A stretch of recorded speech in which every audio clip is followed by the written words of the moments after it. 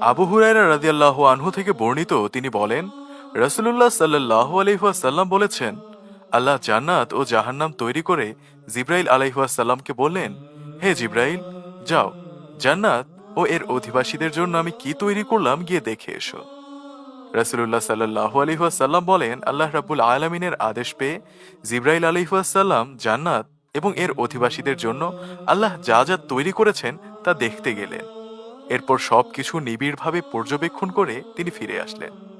ফিরে এসে তিনি আল্লাহকে বললেন, আপনার মহিমার কসম, এমন কেউ নেই যে এই জান্নাতের কথা শুনে এর ভেতরে প্রবেশ করার জন্য আগ্রহ বোধ করবে না।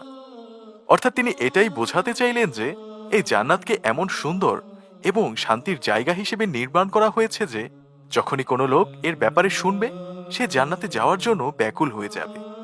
এরপর আল্লাহ জান্নাতকে দুঃখ কষ্ট দ্বারা আবৃত করলেন এবং জান্নাতে যেতে হলে দুনিয়ার জীবনে যে পরিমাণ ত্যাগ এবং কষ্ট করতে হবে তা প্রকাশ করলেন। এরপর জিবরাইল আলাইহিস সালামকে বললেন, যাও, জান্নাত এবং এর অধিবাসীদের জন্য আমি কি কি তৈরি করলাম এবার গিয়ে দেখে এসো। জিবরাইল আলাইহিস সালাম ফিরে এসে বললেন, ইয়া রাব্বুল আলামিন, আপনার মহিমার কসম, আমার সন্দেহ হচ্ছে কেউ এই জান্নাতে প্রবেশ করতে পারবে কিনা। অর্থাৎ এই জান্নাতে যেতে হলে দুনিয়ার ভোগবিলাস, জিনা, ব্যভিচার, দুর্নীতি, হারাম আয়-রুজি সব ত্যাগ করতে হবে। আর এই সবকিছু ত্যাগ করে কারো জান্নাতে যেতে পারা খুব সহজ কোনো ব্যাপার না। এরপর আল্লাহ জিবরাইল আলাইহিস সালামকে বলেন, যাও, গিয়ে দেখে এসো জাহান্নাম এবং এর অধিবাসীদের জন্য আমি কি কি তৈরি করলাম। আদেশ মতো জিবরাইল আলাইহিস সালাম জাহান্নামে দেখতে গেলেন এবং এর নানা স্তর দেখে আসলেন। এর আগুনের তীব্রতা, শাস্তির ভয়াবহতা ইত্যাদি তিনি প্রত্যক্ষ করে আসলেন।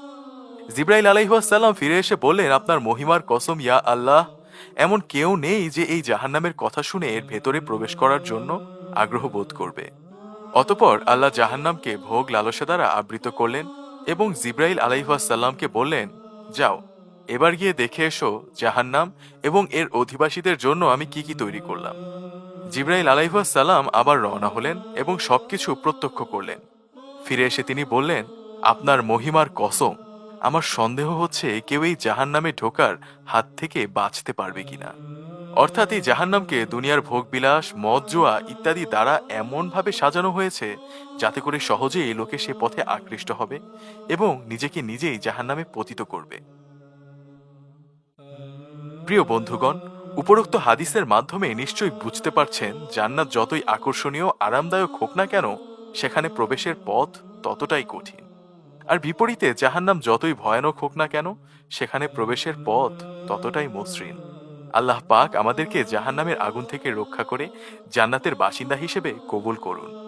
আমাদের ভিডিওগুলো ভালো লাগলে আমাদের ইসলামিক স্টোরি পেজ লাইক দিতে পারেন এবং আমাদের YouTube channel Islamic story subscribe করতে পারেন।